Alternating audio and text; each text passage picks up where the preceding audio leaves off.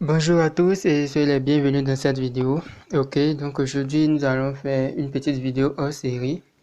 À la base, cette chaîne, on a décidé de parler que de Laravel, mais il est très important que je vous parle de modèle conceptuel des données. Voilà, c'est une vidéo hors série. Lors de la précédente vidéo, on avait parlé des modèles. On avait vu comment schématiser deux modèles, le modèle étudiant et le modèle classe. Donc on avait dit que un étudiant appartenait à une seule classe et une classe peut contenir plusieurs étudiants. Donc nous allons schématiser ça au niveau de Meurice. Pour créer notre MCD, nous allons venir placer cette entité. Donc j'utilise en ce moment JMeris. Donc je clique sur nouvelle entité et je vais venir placer mes deux entités. Et là, je vais cliquer sur nouvelle association. Je vais placer l'association. Et là, je vais lier l'entité à l'association. Donc ici, ça sera l'entité classe. Donc le nom, je vais mettre classe. Ici aussi, je vais répéter le mot-clé classe. Donc je vais copier ça.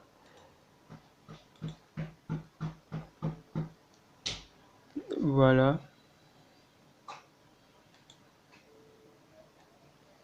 Non, désolé, c'est pas ce que je voulais faire.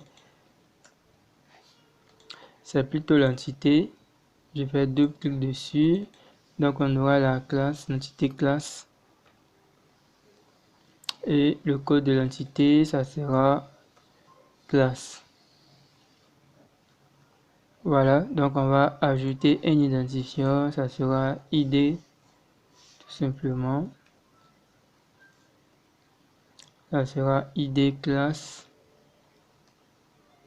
Voilà, le type incrément, de type.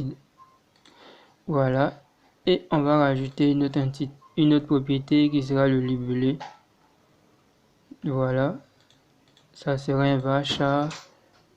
Ok, donc ici on va schématiser l'entité étudiant. Voilà, donc le nom des entités, je vais mettre ça en majuscule pour que ça soit plus visible. Donc je mets étudiant. Donc ici on aura ID étudiant ou bien matricule tout simplement.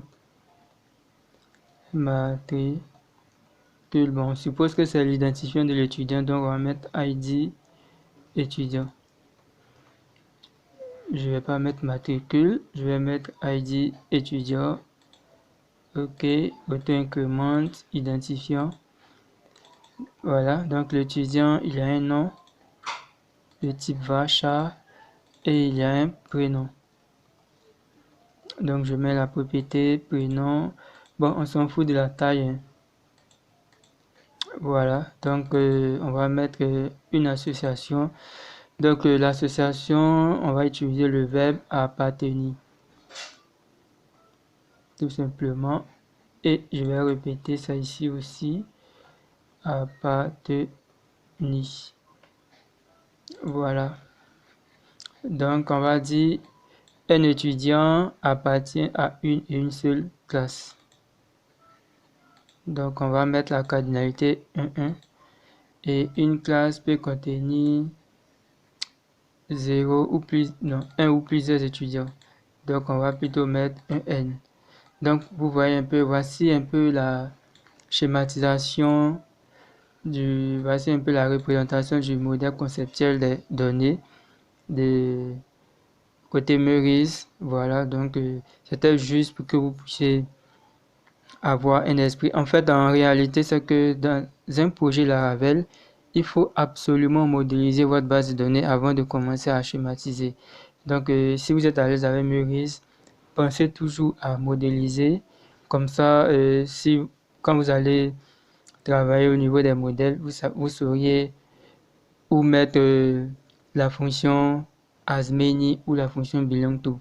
Donc là, vous voyez que lorsqu'on se retrouvait dans la classe étudiant et qu'on veut schématiser la classe, on définissait une fonction classe et on liait en fait la fonction classe avec l'identifiant de la classe. Donc on avait l'ID de la classe. Donc ici, du côté d'étudiant, on utilisait plutôt la fonction belong_to.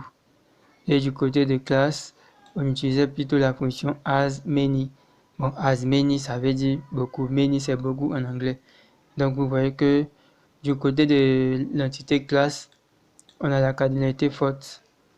Et du côté de l'entité étudiant, on a une cardinalité faible. C'est pour ça qu'on utilise belong_to de ce côté et as many de ce côté.